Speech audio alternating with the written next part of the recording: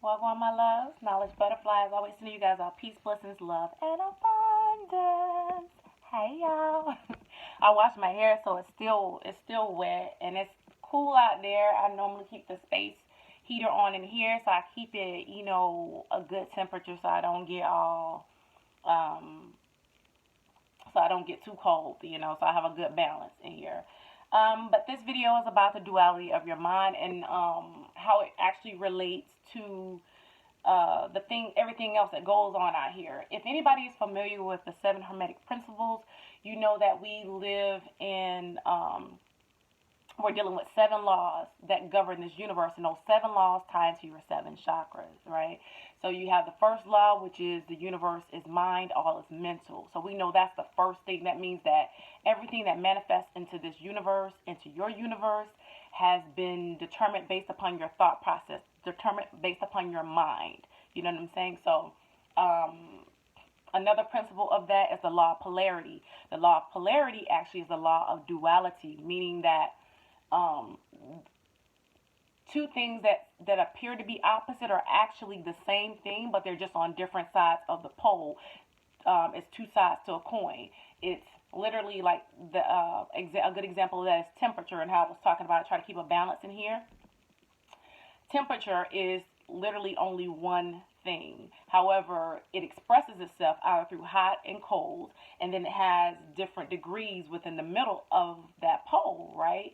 So the hot and the cold appear to be opposites, but literally they are the same thing. They are temperature. So that's what I want to talk about, the law of duality, and literally how that ties into your mind, all right? And my video I did last night after I did my new moon ritual, I talked a little bit about that. So when I brought up the fact that we have the two hemispheres of the brain. We have the left hemisphere, we have the right hemisphere. The left hemisphere is the masculine side, the right hemisphere is the feminine side, and that's literally where all the duality stems from. It's stemming from the separation of our mind. So our left brain wants to control, and then our left hemisphere wants to control our world, and then our right hemisphere wants to control our world. It's literally like the devil and the angel, or the angel and the devil on your shoulders. That's where that's playing out. That's the battle. That's the battle within yourself. I gave the example of the commercial, the Twix commercial. They have left Twix and right Twix. They're both Twix, okay? They both are made out of the same ingredients. However, there is a battle in the commercial about which one is the better one, right? That's what's going on with our brain, and it's up to us to find that perfect balance. Is going and actually I shouldn't say balance. It's actually a union of your left and your right brain, which is a balance.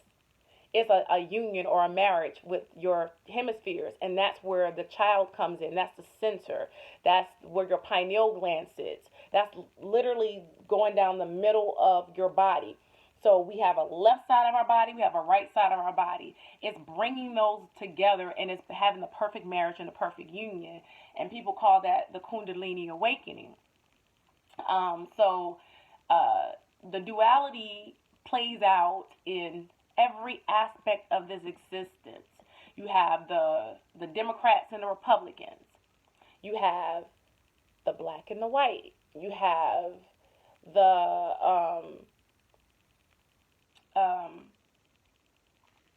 oh, let me actually get into an example of the basic script for any romantic movie or TV show.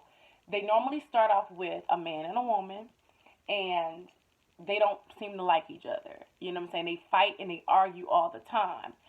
But by the end of the season, they have found a common ground, a commonality, and they fall in love. That is what is going on with the hemispheres of our brain. You know what I'm saying? It's a battle, and the Hollywood, or the people that write the scripts in Hollywood, they play off of that script, because there really is nothing else going on here except for a battle of duality, a battle of which one is the best. It's like the police officer and the hippie. It's the Crips and the Bloods. It's all of those things. Anything that you can think of that is in a dual nature, you can even relate it to, things going on in your life, and you can try to find duality in your life. Excuse me. That's really how you start to get the understanding of any of these principles, is when you start to be able to relate it back to yourself. Stop making it such an outside thing, and you internalize it, and you start getting a better understanding. The sun actually started coming out and it got brighter when I started talking about internalizing it. In that way, you actually start getting a better understanding of it. The more and more you make it about relate to you, the more and more understanding you get of it. The deeper and the deeper you're able to go, because you're going inside of yourself and not looking at the surface, not looking at the outside of self. And let me see if there's anything else that I wanted to talk about with the duality.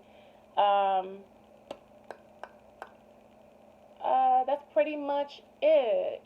Just remembering that centering yourself, the middle path that goes back to the Kabbalistic tree of life. For anybody who's familiar with that, like if you studied the fact that there are 10 Sephira that are visible on that tree, and then there's a hidden Sephira, which is the 11th Sephira, that represents your subconscious mind. The 10 Sephira on the front represent the light, the conscious mind. Is dealing with, Brother Panda likes to say, becoming a better human. And if your purpose for being here and incarnating is for you to be a better human, then you're continue, to be a better human. But if your purpose was to go into the dark side, which means go into your subconscious mind and to really get an understanding of yourself, why you do the things you do, and if that's something that you should continue to do, which a lot of the stuff that we're doing and that we've been doing is not something we want, should be continuing on, because it is not bringing us true happiness. And so the 11th Sephira is called Daath, Daath, like Darth Vader. They just put an R instead of having the two A's. And that's going into the darkness in order to bring out your light. So you're shining light on everything that you've hidden in that tunnel, in that cave in your mind. You've hidden it away, and you didn't want to deal with it. And it only comes up when you go to sleep, and you might have a nightmare or whatever, and it comes up during that time, and that's when you either decide to deal with it in your dreams, or you decide to run away from it, you know what I'm saying, and to continue to fear it. It's those things. So once you can start dealing with the things in your subconscious mind, you're actually starting to balance that left and that right brain, because you're going into the center. You're going down and you're digging deep into your brain, or your subconscious mind, I should say, and you're shedding knowledge, which is light. You're shedding knowledge on those things. You're getting knowledge of self. The more knowledge of self you get, the more light that you're bringing to your body. And I mean light in the sense of a light bulb, and I also mean light in the sense of being light as a feather. Your body feels lighter. You feel less dense. That is the purpose of it. You know what I'm saying? That's the purpose of doing all of this. Understanding duality is something that's always going to play out in this existence, but finding your androgynous mind,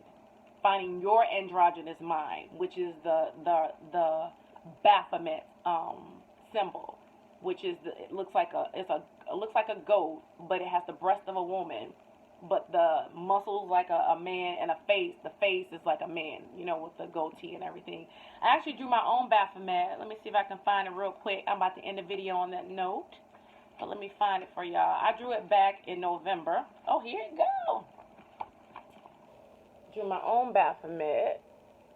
When I was younger, I used to draw like all the time. I would watch TV.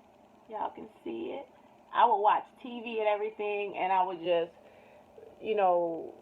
be able to draw freehand just from looking at it. I'd be able to draw what I saw.